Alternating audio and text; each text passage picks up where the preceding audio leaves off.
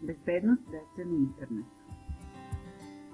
Mediji igraju bitnu ulogu u svakodnevnom životu, utičući na formiranje stavova, uverenja, navika i vrednosnih sistema. Osnovne funkcije medija su edukativna, informaciona i zabavna funkcija.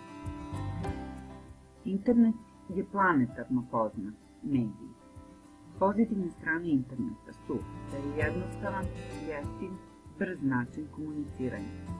Omogućava komunikaciju sa ljudima koji su udaljeni od nas, glavni je registar informacija, zamena za jutarnje novine, besplatan internet u prevozu i kafićima, omogućava lakšu komunikaciju i razmenu znanja i iskustava, zbližava interesne grupe, povezuje različite kulture i omogućava upoznavanje sa novim ljudima. Međutim, pored pozitivnih postoji negativne strane interneta. U negativne strane spadaju gubitak privatnosti, stvara se osjećaj zavisti prilikom poređenja sa drugima, udaljava ljude u smislu direktne komunikacije, mogu postojati lažni profili na internetu, razne prevare, zloupotrebe i uznemiravanje. U društvene mreže na internetu spadaju Facebook, Twitter, Instagram, YouTube, LinkedIn, Google+, Ask.fm, Foursquare i ostalo. Igrice su jedna vrsta upotrebe interneta, pogotovo kod mlađe populacije. Igricama se gubi jasna razlika između stvarnosti i mašte, postiče se agresivnost kod dece, dovodi do zanemarivanja drugih aktivnosti i obaveza, a privremeni je beg od realnosti. Da bismo pristupili prevenciji nasilja, moramo da obradimo prvo sam pojam nasilja. Smanjenje nasilja je proces koji zahteva vreme i aktivno učešće svih nas. Primjena pristupa uključenosti cele škole i lokalne zajednice, suštinska promjena koja treba da se ostvari je promjena sistema vrednosti, razvoj partnerstva i saradnje sa drugim sistemima, međunarodnim i nevladinim organizacijama i udruženjima. Postoje 3 nivoa nasilja. Prvi, drugi i treći isti su oblici nasilja, samo se razlikuju u intenzitetu, stepenu rizika, učestalosti, posledicama i učesnicima. Vrste nasilja su fizičko, psihičko, socijalno, seksualno i zloupotreba informacionih tehnologija, to je digitalno, odnosno elektronsko nasilje. To digitalno internet nasilje je nasilje zlostavljanje putem interneta. Prvi nivo je uznemiravajuće pozivanje, slanje uznemiravajućih SMS-ova i MMS-ova. Drugi nivo je snimanje i slanje video zapisa, zloupotreba blogova, foruma i četovanja. I treći nivo je snimanje nasilne scene, kao i dečija pornografija.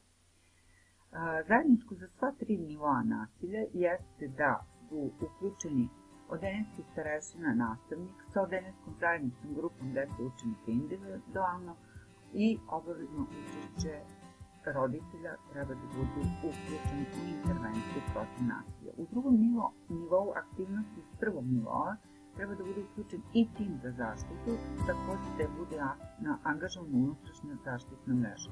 U trećem nivou aktivnosti su iz prethodnih nivoa uključeni nadležni organi, organizacije i službe, kao što su Centar za socijalni rad, zdravstvena služba, policija i druga, i spoljašnja zaštitna mreža.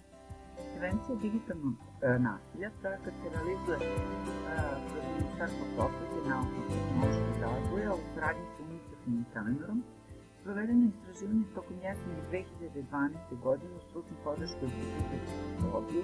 Provedene su obuke za 10 pilot škola, akcijni plan plus radionice za rad sa nastavnicima, učenicima i roditeljima. Realizatori su nastavnici, učenici, mentori programa Škola bez nasilja.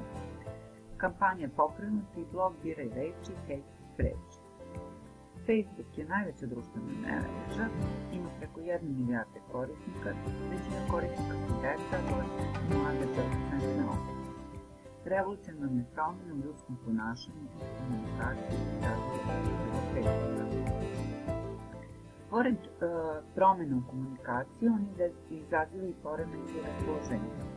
Potencijalna veza između vremena provedenih na društvenim mrežama i depresije. Izolovanost, površnost u komunikaciji, smanjenje fizičke aktivnosti, samo su neke otvorenosti sa raspoloženja okolnosti jezika. Nađenje statistički značajna korelacija između vremena provedenog na socijalnim mrežama i depresivnog statusa fizičkog srednje škole. Facebook-bullying je potencijalni uzrok depresije kod adolescenata. Faktori rizika za kasniji nastanak poremećaja raspoloženja prisutni u velikim procentu učeničke populacije, vrste leđenog stresa i nedostatak površine. Dostupnost elektronskih uređaja. 82% dece su učenjaki mogu imati telefon, sa 42% ima pristup internetu, a 91% koristi internet. 99% škola su imaju moderni telefon, 78%